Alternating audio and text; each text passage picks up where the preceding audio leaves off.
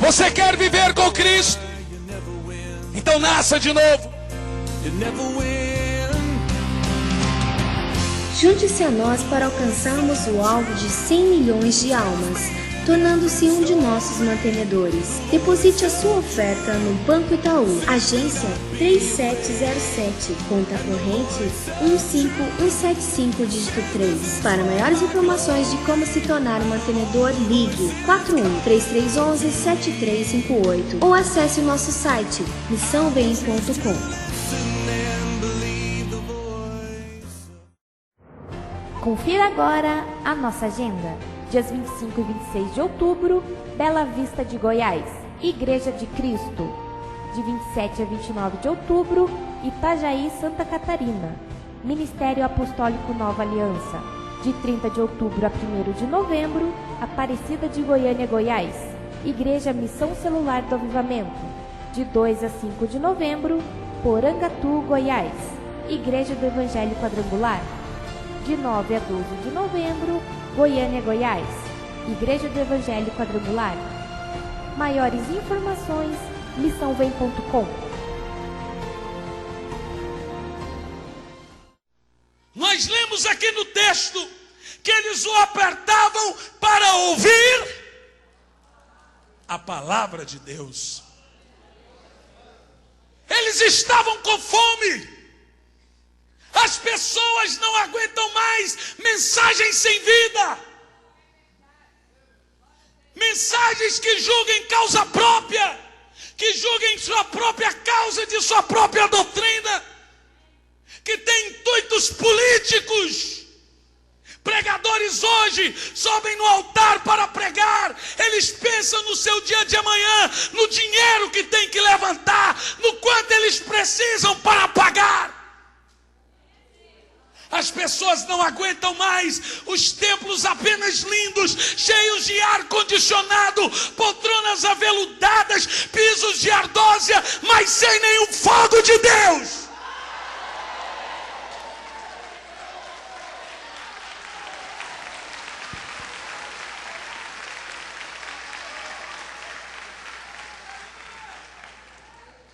A pior coisa que tem é você ficar 2 horas ouvindo um pregador falar balela e julgar em causa própria, trazer o evangelho para seus interesses, não promover o reino de Deus, mas promover o seu reino.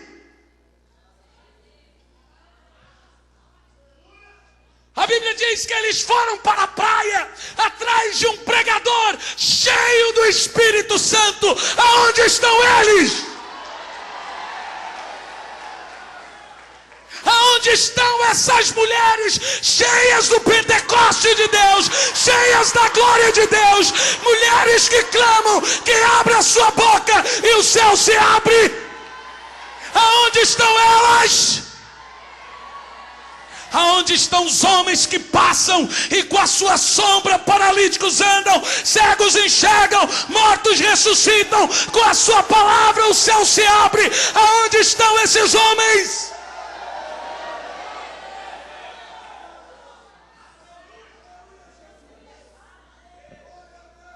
A palavra de Deus diz que a multidão estava tão faminta, tão sedenta, que eles começaram a espremer, a apertar a Jesus, a ponto de Jesus não ter para onde ir. A Bíblia diz que ele lá na praia da Galileia olhou ao longe. Agora nós vamos entrar no segundo plano. Falamos um pouco sobre o fator histórico dessa leitura. Vamos falar um pouco do que a Bíblia diz. Jesus então olhou ao lado e viu um barco, 2 barcos ancorados na praia. E a primeira coisa que você vai entender aqui nessa noite: barco não foi feito para estar na praia. Barco não foi feito para ficar ancorado. Não é comum você ver um barco parado. Não é comum você ver um barco sem eficiência. Mas Jesus olha ao lado e vê 2 barcos. Um deles era de Pedro, Tiago e João. Jesus, não tendo para onde ir, pede emprestado um daqueles barcos e usa aquele barco como púlpito. E pediu para Pedro que afastasse um pouquinho da praia, para que ele pudesse pregar em cima do barco para aquela grande multidão. Vamos falar um pouco sobre o propósito, sobre o que isso tudo quer dizer. Aquela multidão estava sedenta para ouvir a palavra de Deus. Jesus Cristo entra num barco. Aqueles barcos estavam parados na praia, ancorados. Isso não te parece estranho? Esses barcos representam 2 coisas na nossa vida. Eles tipificam 2 coisas na nossa vida: o dom do Espírito Santo, ou os dons do Espírito Santo, é um deles. E eles estão parados. E o outro, a pregação do Evangelho. Estão ancorados na praia, aonde você não vê resultado, aonde você não vê nenhum propósito de um ministério parado.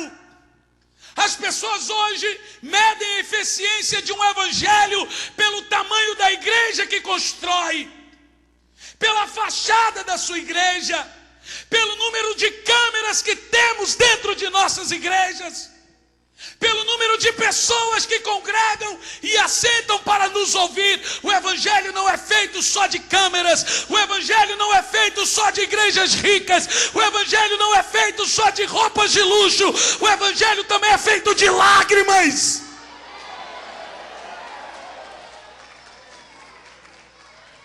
O ano que vem nós estamos indo pregar em algumas igrejas no Brasil. E nós vamos colocar nos nossos programas na televisão. Igrejas que tem aqueles pastores que tem 2 dentes, um para doer, o outro para estourar jabuticaba. Pastores que vendem o almoço para comprar janta, vendem a janta para comprar o café da manhã. E nós vamos pregar nessas igrejas. E nós vamos filmar esses cultos.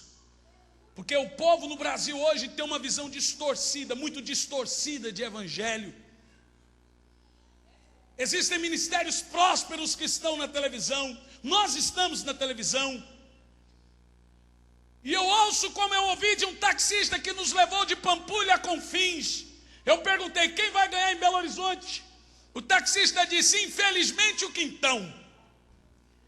E eu falei: infelizmente por quê? Porque ele é um crente safado, vagabundo. Eu falei: mas como é que você pode falar isso? Porque todo crente é vagabundo. Eu falei: eu sou um deles e sou um pastor. Ele: não, mas talvez você não é.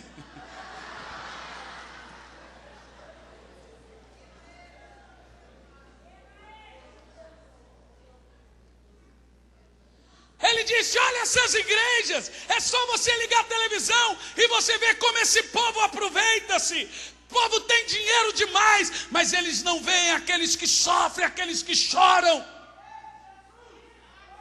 O Brasil ainda precisa muito.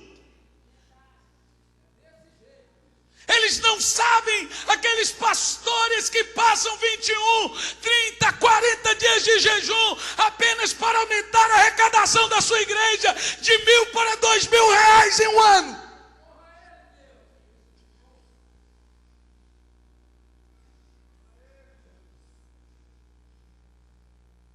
É uma lógica. Muitos de nós não conhecemos o evangelho verdadeiro nessa nação. O evangelho verdadeiro nessa nação não se baseia apenas pelo meu ministério na televisão. Por nós chegarmos lá e falarmos de números terríveis. Como eu chego na televisão: mas nós estamos construindo uma missão em Brasília de 17 milhões de reais. As pessoas falam: meu Deus, é muito zero na cabeça desse povo. Mas existem aqueles que ainda estão chorando.